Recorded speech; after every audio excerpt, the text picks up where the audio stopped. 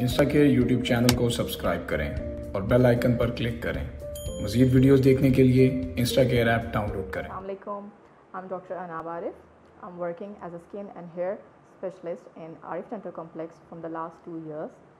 I'm holding MBBS degree and a diploma in dermatology. I'm dealing here with different kind of patients related to the skin and hair problems. Today I would like to talk about the hair fall, which is a very common problem nowadays. हमारे पास ज़्यादातर जो patients आते हैं hair fall के लिए, तो वो अक्सर ही ओवर द काउंटर बहुत सारी चीज़ें यूज़ कर रहे होते हैं, लाइक शैम्पूज़, एंड कहते हैं कि शायद शैम्पू या हमें कोई इसी चीज़ से हमारा हेयर फॉल ठीक हो जाए। एंड समटाइम्स पेशेंट्स इस तरह से भी होते हैं जो कहते हैं कि बस हमें आप कोई शैम्पू, कंडीशनर या ऑयल दे दें जिससे हमारा हेयर फॉल सारा स्टॉप हो जाए।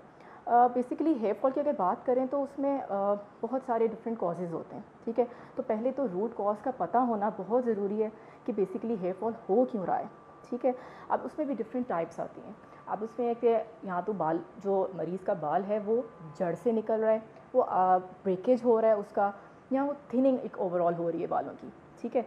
तो वो डिफरेंट कॉजेज़ को देखना उसके लिए ज़रूरी है कि पेशेंट एक कंसल्ट करे प्रॉपर्ली, डर्मेटोलॉजिस्ट को, डॉक्टर से बात करे, अपनी प्रॉब्लम को बताए और उसकी हिस्ट्री लेना बहुत ज़रूरी है।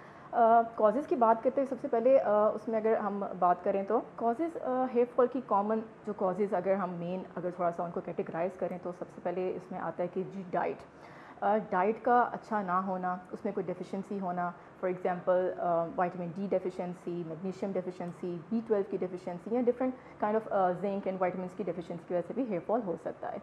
इसके अलावा हार्मोनल, फीमेल में हार्मोनल प्रॉब्लम की वजह से बहुत ज़्यादा कॉमनली जो है एक सिम्टम आता है, ज़्यादातर जो पेशेंट PCOS के साथ मेरे पास प्रेजेंट करती हैं उनमें ये हेयर फॉल काफ़ी ज़्यादा देखने में आता है, तो उसको भी एक रूल आउट करना बड़ा ज़रूरी होता है। जी, बात करें अगर तीसरे जो फैक्टर की, जो कि स्ट्रेस है, स्ट्रेस से भी बड़े ज़्यादा पेशेंट्स आते हैं जिसके अंदर जो है हेयर फॉल का प्रॉब्लम हो सकता है। जैसे कि कोई टाइफाइड का प्रॉब्लम है, इन्फेक्शन कोई चल रहा है उसको, पेशेंट को उसको कोई एक्सीडेंट हुआ, उसका बहुत ज़्यादा ब्लड लॉस हो गया, तो बेसिकली उसकी बॉडी एक स्ट्रेस से गुजर रही थी, तो उसकी हिस्ट्री और पीछे से पूरा एक प्रॉपर्ली रूल आउट करना कि उसका क्या कॉज था, तो स्ट्रेस का also has a very important part in the hair fall. दूसरी चीज़ आ जाती है, इसके अलावा ऑटो इम्यून जो डिजीज़ हैं हमारे पास, उसमें वो भी एक वजह बन सकती हैं हेयर फॉल की, उसको भी रूल आउट करना बहुत ज़रूरी है कि आइदर पेशेंट को कोई थायराइड का मसला तो नहीं है, उसके थायराइड हार्मोन्स जो हैं वो रेगुलर हैं, वो नॉर्मल हैं कि नहीं है, तो वो भी एक चीज़ें बहुत सारी मैटर करती हैं। सो ये सारे कॉजेज़ हैं जिसकी वजह से हेयर फॉल कॉमनली हो सकता है। ज़्यादातर जो हेयर फॉल होता है उसको हम लोग जो मेडिकल टर्म में कहते हैं वो कहते हैं जी टेलोजन एफ्लूवियम, ठीक है। ज़्यादातर मोस्टली अगर कोई पेशेंट को थोड़े अरसे के लिए होता है hair fall like 2 to 3 months, तो वो रेगुलर उसको हम लोग टेलोजन एफ्लूवियम कहते हैं। मोस्टली ये on its own he resolve हो जाता है, लेकिन अगर ये परसिस्ट करे फॉर मोर देन 6 months, तो उस पेशेंट को चाहिए कि वो ज़रूर एक डर्मेटोलॉजिस्ट को, एक हेयर स्पेशलिस्ट को ज़रूर कंसल्ट करे ताकि उसका रूट कॉज पता किया जा सके। इसमें जो 6 months से ज़्यादा जब हेयर फॉल हो जाता है, that is known as chronic telogen effluvium हम इसे कहते हैं। अब इसमें भी मल्टीपल ट्रीटमेंट्स आती हैं, फिर हम उसी तरह ट्रीटमेंट्स की अगर बात तब भी कर सकते हैं अगर हमें उसका रूट कॉज बेसिकली पता हो।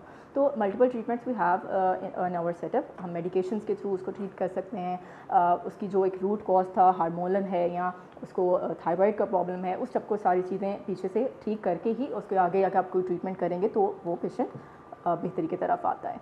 तो इसमें जो आजकल जो हमारे पास एस्थेटिक्स के अंदर जो हम लोग यहाँ पे कॉस्मेटिकली कर रहे हैं ट्रीटमेंट, वो हेयर फॉल के लिए काफ़ी सारी ट्रीटमेंट्स अवेलेबल हैं, डिपेंडिंग ऑन, जिस तरह मैंने आपको पहले बताया कि उसके कॉजेज़ का पता होना चाहिए। तो पहले कॉज का बेसिकली पता होगा, तो उसके बाद हम जो भी ट्रीटमेंट उसका उसी तरह ही एडवाइस करते हैं।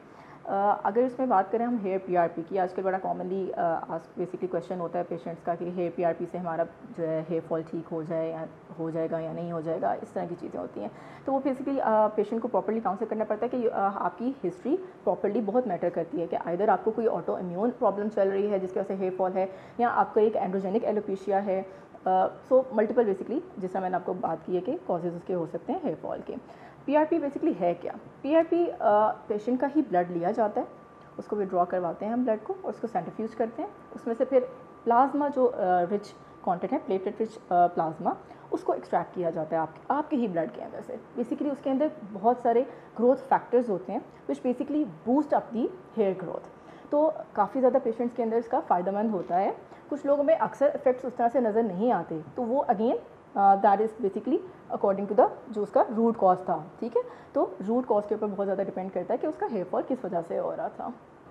PRP एक बड़ा ही इनोवेटिव, एक नया बेसिकली ट्रीटमेंट अवेलेबल है फॉर द हेयर फॉल, जिसमें बेसिकली पेशेंट का ही ब्लड विड्रॉ किया जाता है, उसको सेंट्रीफ्यूज किया जाता है और उसमें से प्लाज्मा को एक्सट्रैक्ट किया जाता है। अब प्लाज्मा बेसिकली क्या है कि उसके अंदर आपके more amount of growth factors in it, जो कि आपके जहाँ पे भी जो आपका बेसिकली हेयर फॉल जो जिसकी वजह से वीक हो रहा है, बाल कमज़ोर हो रहा है, उसको ये थोड़ा सा बूस्ट अप करेगा, ठीक है, उसको रिजुविनेशन की तरफ लाएगा। And most of the chances इस तरह से होते हैं कि वो दोबारा से बालों की हेयर रीग्रोथ स्टार्ट हो जाती है। अब इसमें हम जो प्रोसीजर जो कर रहे हैं उसको अगर मैं थोड़ा सा एक्सप्लेन कर दूँ तो ये है कि आपका ब्लड पेशेंट का ब्लड विड्रॉ करवाया जाता है, उसको सेंट्रीफ्यूज करते हैं and we extract the plasma from that, and then after that we extract that plasma and then we inject it directly into the scalp of the patient, ठीक है, patient की scalp के अंदर ही रूट्स के अंदर उसमें लगाया जाता है। एंड इट्स मोस्टली इतना कोई इसका पेनलेस कह लें कि पेनलेस ही होता है, लेकिन थोड़ी बहुत इसकी हल्की फुल्की कह लें कि पेन होती है, जो कि पेशेंट ज़्यादातर अक्सर टॉलरेट कर लेते हैं easily, very easily. Mostly topical अगर हमें नमिंग करनी चाहिए तो वो भी हम साथ कर लेते हैं ताकि patient is comfortable for that procedure, and it's done in a month, once in a month. तो इसके सेशंस होते हैं जो कि पेशेंट फिर करते हैं, and after almost 4 to 5 sessions patient को उसके अंदर काफ़ी हेयर ग्रोथ की में कहने की बेहतरी नज़र आती है। सो हमने देखा कि हेयर फॉल के काफ़ी डिफरेंट कॉजेज़ हो सकते हैं, जिसके लिए फिर हम उसी तरह ही पेशेंट के कॉज के अकॉर्डिंगली ट्रीटमेंट एक प्लान उसको देते हैं। उसके लिए ज़रूरी है कि पेशेंट एक अपने अच्छे डर्मेटोलॉजिस्ट को कंसल्ट करे, हेयर एंड स्किन स्पेशलिस्ट को कंसल्ट करे और प्रॉपर्ली उसका ट्रीटमेंट प्लान ले, ताकि आइदर उसको हेयर PRP से फ़र्क पड़ेगा या मेडिकेशन से ही काफ़ी फ़र्क पड़ जाएगा, या उसका अगर रूट कॉज को ही ठीक कर दिया जाए तो उसको काफ़ी चीज़ों में इम्प्रूवमेंट फील होती है। So I think that's all about the hair fall. Thank you very much.